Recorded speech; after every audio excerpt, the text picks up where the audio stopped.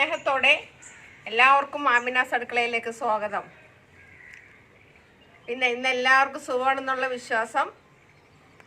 പിന്നെ ഇന്ന് ഞാൻ നമ്മളുടെ ഈ പുറത്തുള്ള ലൊക്കേഷനിലാണ് എടുക്കുന്നത്. അപ്പോൾ അതിൻ്റേതായ ചില ബുദ്ധിമുട്ടുകളും കുറവുകളൊക്കെ ഉണ്ടാവും. കാരണം എനിക്ക് പുറത്തെടുക്കണതിൻ്റെ ടെൻഷനും പ്രശ്നങ്ങളൊക്കെ ഒത്തിരി തിരക്കുള്ള റോഡായതുകൊണ്ടിട്ടാണ്. നമ്മളെ വീട് കുറച്ച് ഉള്ളിലാണെങ്കിൽ ഈ വക പ്രശ്നങ്ങളൊന്നുമില്ല. റോഡ് സൈഡിൽ തന്നെയാണ് എൻ്റെ വീട്. അപ്പോൾ അതിൻ്റേതായ ബുദ്ധിമുട്ടുകളൊക്കെ ഉണ്ട്.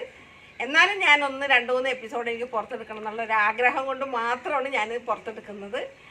അപ്പോൾ ഇന്ന് ഞാൻ ചെയ്യാൻ പോകുന്നത്, ഇന്ന് ഞാനൊരു പച്ചക്കറി വെച്ചിട്ടുള്ള ഒരു വിഭവമാണ്. അതെന്താണെന്ന് വെച്ചിട്ടുണ്ടെങ്കിൽ ഇന്ന് ഞാൻ ചെയ്യാൻ പോകുന്നത് ഒരു മെഴുക്കുവരട്ടിയാണ്. അതെന്താണെന്നറിയോ? ഇന്ന് ചെയ്യാൻ പോകുന്നത് അച്ചിങ്ങയാണ്. അത് അച്ചിങ്ങ എന്ന് പറയും. പല നാടുകളിൽ പലത്. ചിലർ പറയും പച്ചപ്പയറെന്ന് പറയും, അച്ചിങ്ങ എന്ന് പറയും. അപ്പോൾ അതിൻ്റെതായ ചേരുവകൾ എന്തൊക്കെയാണെന്ന് ഞാനിവിടെ നിങ്ങൾക്ക് കാണിച്ചു തരാം.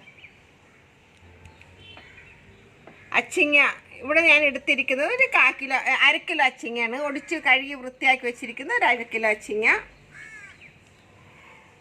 കുത്തിപ്പൊടിച്ച മുളക്, ഇടിയൻ മുളക്, കടുക്, ഉപ്പ്, പൊടിയുപ്പ്, വെളിച്ചെണ്ണ, ഉള്ളി ഞാൻ ചതച്ച് കൊണ്ടുവന്നതാണ്. ഉള്ളിയുണ്ട്, 2 വെളുത്തുള്ളിയും കൂട്ടി ഞാൻ ചതച്ച് വെച്ചിട്ടുണ്ട്.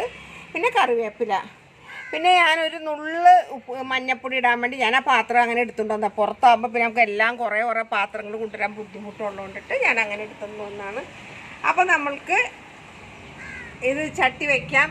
ഇത് ഞാൻ എന്താണ് അച്ചിങ്ങ വെള്ളം ഒഴിച്ച് വേവിക്കില്ല. അത് ഞാൻ നിങ്ങൾക്ക് എങ്ങനെ ഞാൻ ചെയ്യണതെന്ന് കാണിച്ചു തരാം.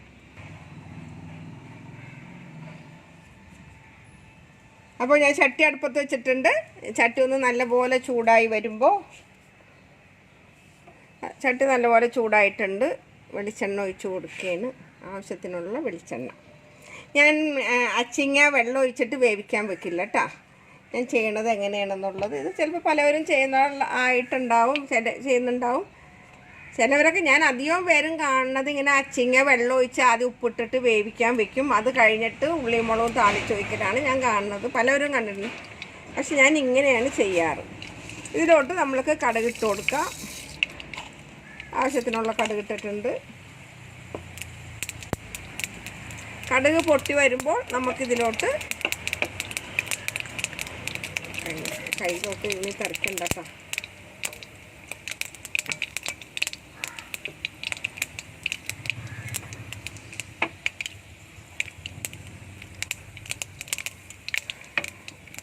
ഇതിലോട്ട് നമ്മൾക്ക് ഈ ചതച്ച് വെച്ചിരിക്കുന്ന ഈ ചുവന്നുള്ളി ഇതിലോട്ട് ഇട്ട് കൊടുക്കുക. ഞാൻ 2 അല്ലി വെളുത്തുള്ളി ചേർത്തിട്ടുണ്ട്.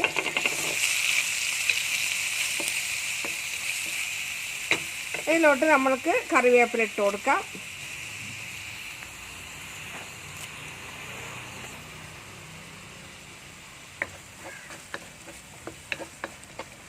ഇത് നല്ലപോലെ ഒത്തിരി ബ്രൗൺ കളർ ആവാൻ വേണ്ടി ഇരിക്കരുത്. ഒരുവിധം വാടി വരുമ്പോൾ നമുക്ക് ഇതിലോട്ട് ഇടിച്ച് വെച്ചിരിക്കുന്ന ഈ ചതച്ച ഈ മുളക് ഇതിലോട്ട് ഇട്ട് കൊടുക്കണം. ഇനി ഈ ചതച്ച മുളക് ഇതിലോട്ട് ഇട്ട് കൊടുക്കാം. ഞാനിത് എടുത്തിരിക്കുന്നത് ഒരു 1.5 ടേബിൾ സ്പൂൺ ഇടിയമുളക് ഉണ്ട് കേട്ടോ. അതേപോലെ ചുമന്നുള്ളി ആണെങ്കിൽ ഞാൻ എടുത്തിരിക്കുന്ന ഒരു 10 അല്ലി ചുമന്നുള്ളിയാണ് ഞാൻ എടുത്തിരുന്നത്. 2 അല്ലി വെളുത്തുള്ളി, 10 അല്ലി ചുമന്നുള്ളിയും 2 അല്ലി വെളുത്തുള്ളിയും 1.5 ടേബിൾ സ്പൂൺ ഇടിയൻ മുളകും. കാരണം 1/2 കിലോ അച്ചിങ്ങയുണ്ട്. അപ്പോൾ അതിന് അത്യാവശ്യം മുളക് വേണം.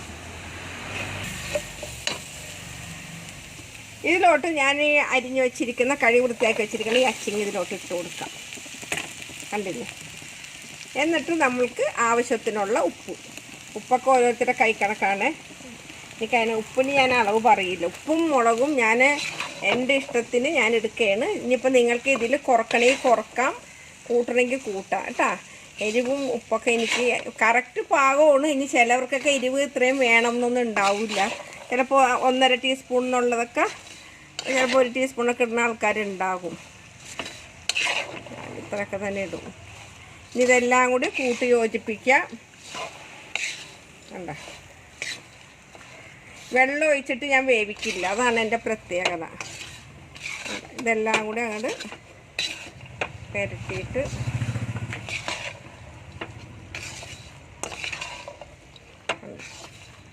ഇനി നമുക്കിങ്ങനെ വെള്ളം വെറുതെ തെളിച്ച് കൊടുക്കാനേ പാടുള്ളൂ, കൂടുതൽ വെള്ളം ഒഴിച്ച് കൊടുക്കരുത്. എന്നിട്ട് ഇതിൽ കിടന്ന് ഇനി വാടി ഈ എണ്ണയിലും ആ തുള്ളി വെള്ളം ഇങ്ങനെ തിളക്കണയിലും കിടന്നിട്ട് സിമ്മിൽ കിടന്നിട്ട് വേണം ഇത് വാടി വരാനായിട്ട്. നമ്മൾ ഒത്തിരി തീ കൂട്ടിയാൽ വാടി വരൂ, ഇത് കരിഞ്ഞു പോകും. അപ്പോൾ നമ്മൾക്ക് ഒരു ഇങ്ങനെ കയ്യിലിങ്ങനെ എടുത്തിട്ട് കുറേ വെള്ളം ഒഴിക്കരുത്, കയ്യിലെടുത്തിട്ട് ഇതിങ്ങനെ തെളിച്ച് കൊടുക്കാനേ പാടുള്ളൂ. കണ്ട, ഇത്രേ വെള്ളമേ പാടുള്ളൂ. എന്നിട്ട് ഇതൊന്ന് അടച്ച് വെക്കാം. ഇനി ഇതൊരു 5 മിനിറ്റ് ഇങ്ങനെ ഇരിക്കണം. അതിൻ്റെ ഇടയ്ക്ക് നമുക്കൊന്ന് മറച്ച് വെക്കാം കേട്ടോ. ഒത്തിരി സിമ്മാക്കെ തീ കൂട്ടരുത്. അപ്പോൾ ഇതിനി ഇങ്ങനെ അടച്ചിട്ട് ഒരു 5 മിനിറ്റ് ഇരിക്കട്ടെ. എന്നിട്ട് നമുക്കൊന്ന് മറച്ച് ഇടാം. ഇനി നമ്മൾക്ക് ഇതൊന്ന് ഇളക്കി നോക്കാം. എടുത്തിട്ട് ഇളക്കിയിട്ടില്ല. കണ്ട, ഈ അച്ചിങ്ങയിൽ തന്നെ ഉണ്ടാവും കുറച്ചൊക്കെ വെള്ളം. നമ്മൾക്ക് മനസ്സിലായ ഞാൻ ലേശം വെള്ളവും ഇതിൽ ഒന്ന് തെളിച്ച് കൊടുത്തുള്ളൂ, എന്നാലും കണ്ട ഉണ്ട്. ഇനിയിപ്പോൾ ഈ വെള്ളം വറ്റുമ്പോഴേക്കും പിന്നെ നമ്മൾ ഈ പാത്രം അടച്ച് വെക്കുമ്പോൾ എങ്ങനെ വന്നാലും അതിൻ്റെ വിയർപ്പ് വീണിട്ട് ഒന്നുകൂടി വെള്ളം വീഴും. അപ്പോൾ ഇതൊന്നും കൂടി അടച്ചിട്ട് പിന്നെ ഒരു 5 മിനിറ്റൊന്നും വേണ്ടത്, 2-3 മിനിറ്റ് മതി. അപ്പോഴേക്കും അച്ചിങ്ങ റെഡിയാവും. അപ്പോൾ നമുക്ക് ഒന്നുകൂടി മറിച്ചിട്ടിട്ട് ഇതൊന്നുകൂടി അടച്ച് വെക്കട്ടെ കേട്ടോ.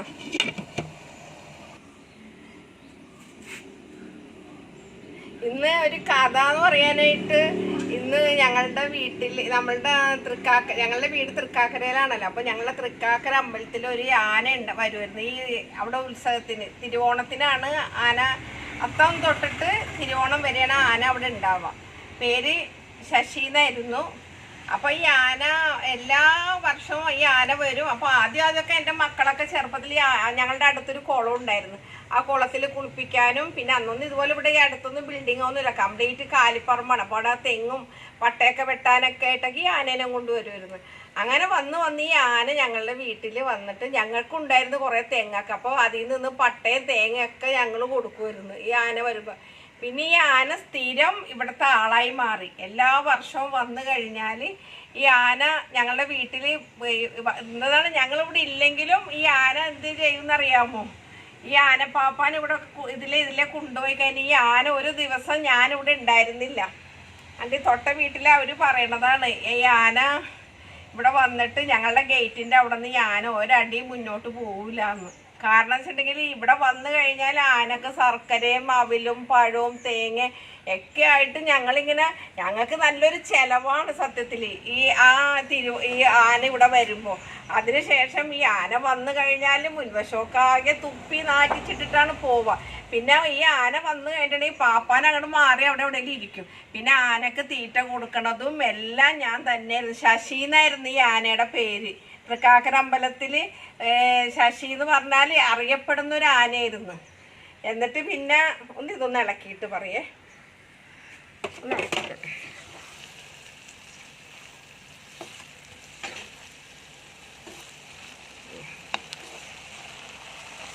ആയി കഴിഞ്ഞിട്ടുണ്ട്. ഇനി ഇത് എൻ്റെ സംസാരങ്ങളോടുകൂടി ഇത് ആയി ഒന്നും കൂടെ അടച്ചേക്കട്ടെ.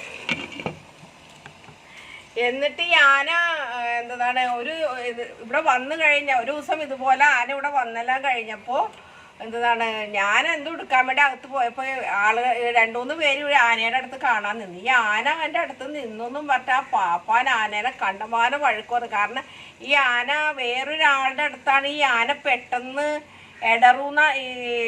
പെട്ടെന്ന് ബാക്കിലോട്ടൊക്കെ തിരിഞ്ഞ് ആകെ പ്രശ്നമാക്കുന്നത്. പക്ഷെ ഈ ആന ഞങ്ങളോട് വർഷങ്ങളോളം, എത്രയോ വർഷം ഞങ്ങളുടെ അടുത്ത്.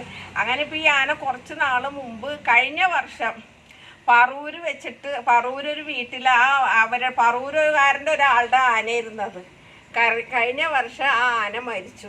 എന്താണ് പിന്നെ ഇപ്പോൾ ഒരു 3-4 കൊല്ലമായിട്ട് ഈ ആന ഇങ്ങോട്ടൊന്നും വരില്ലായിരുന്നു, അമ്പലത്തിൽ കൊണ്ടുവരില്ലായിരുന്നു. കാരണം അത് വയസ്സായി, ഇവിടെ നിന്ന് ഒരുവിധം വയസ്സായ ആന. പക്ഷെ നല്ല എടുപ്പുള്ളൊരു ആനയായിരുന്നു, എന്ത് സ്നേഹമുള്ള ആനയായിരുന്നു. ആനയുടെ ആ ആനവാലിൻ്റെ മോതിരവും എനിക്കുണ്ട്. ആ ആനയുടെ ആ പാപ്പാൻ എനിക്ക് ആനവാല് വെട്ടി തന്നിട്ട് അതിൻ്റെ മോതിരം ഞാൻ ഉണ്ടാക്കിയിട്ടിട്ടുണ്ട്. എൻ്റെ മോൾക്കുണ്ട് ആനവാലിൻ്റെ, ശശിയുടെ ആനവാല് എനിക്ക് മോതിരമായിട്ട് ഞാൻ ഉണ്ടാക്കി വെച്ചിട്ടുണ്ട്. അപ്പോൾ ആ ശശീൻ്റെ ഓർമ്മ ഞങ്ങൾക്ക് എപ്പോഴുണ്ട്. ഓരോ വർഷവും ഇവിടെ ഓണം വരുമ്പോൾ ഞങ്ങൾ എപ്പോഴും പറയും ശശിയുടെ ഓർമ്മയാണ്. അതിനുശേഷം പിന്നെ ഞാൻ ഒരു ആനയായിട്ടും ഒരു ഇങ്ങനെ കുണ്ടരാന ഒന്നും ഞാൻ പറയില്ല. ശശിയായിരുന്നു അത്തം തൊട്ടിട്ട് തിരുവോണം വരെ പോകുമ്പോഴും ഞങ്ങളുടെ ഇവിടെ വന്നിട്ട് ഭക്ഷണമൊക്കെ കൊടുത്തിട്ടൊക്കെയാണ് ആനനെ ഇവിടെ നിന്ന് പറഞ്ഞു വിടുള്ളായിരുന്നു. അത്രയും സ്നേഹമുള്ള ഒരു ആന. ഒരു ദിവസം ഇതുപോലെ ഞങ്ങളിവിടെ ഇല്ല, ഞാൻ അകത്താണ്. എന്നിട്ട് ഈ ആന എന്ത് ചെയ്തെന്നറിയാമോ? അലറി വിളിച്ച് ചിഹ്നം വിളിക്കണ പോലെ ശബ്ദം ഉണ്ടാക്കി വാതിൽ തുറക്കാൻ വേണ്ടി. ഇതൊക്കെ നമ്മൾ സത്യമായ കാര്യമാണ് ഞാൻ ഈ പറയണത്. അത്രയ്ക്ക് സ്നേഹമാണ്. ഒരു മക്കളെ വളർത്തുന്നതിനേക്കാളും സ്നേഹമാണ് മൃഗങ്ങളെ വളർത്തുന്നത്. അതിനൊരു ഉദാഹരണമാണ് ഈ ശശി എന്ന് പറഞ്ഞ ആന എനിക്ക്. അപ്പോൾ ഇത് അച്ചിങ്ങ ആയിട്ടുണ്ട്. ഇതൊന്ന് ഒന്ന് മൂടി ഒന്ന് മാറ്റി വെച്ചിട്ട് നമുക്കിതൊന്ന് കണ്ട അച്ചിങ്ങ റെഡി ആയിട്ടുണ്ട്. കണ്ട നമ്മൾ വെള്ളം ഒഴിച്ചിട്ട് ഒരിക്കലും ഒരു പച്ചക്കറികളും വെള്ളം ഒഴിച്ച് വേവിക്കരുത്. വെള്ളം ഒഴിച്ച് വേവിച്ചാൽ ആ പച്ചക്കറിയുടെ ഗുണവും പോവും, ടേസ്റ്റും മാറും.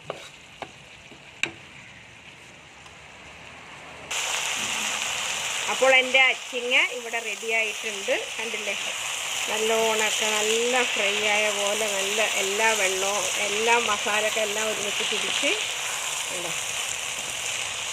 അപ്പോൾ ഞാൻ ഗ്യാസ് ഓഫ് ചെയ്ത് എൻ്റെ അച്ചിങ്ങ ഇവിടെ റെഡിയായി. ഞാനിത് വേറൊരു പ്ലേറ്റിലോട്ട് മാറ്റുകയാണ്.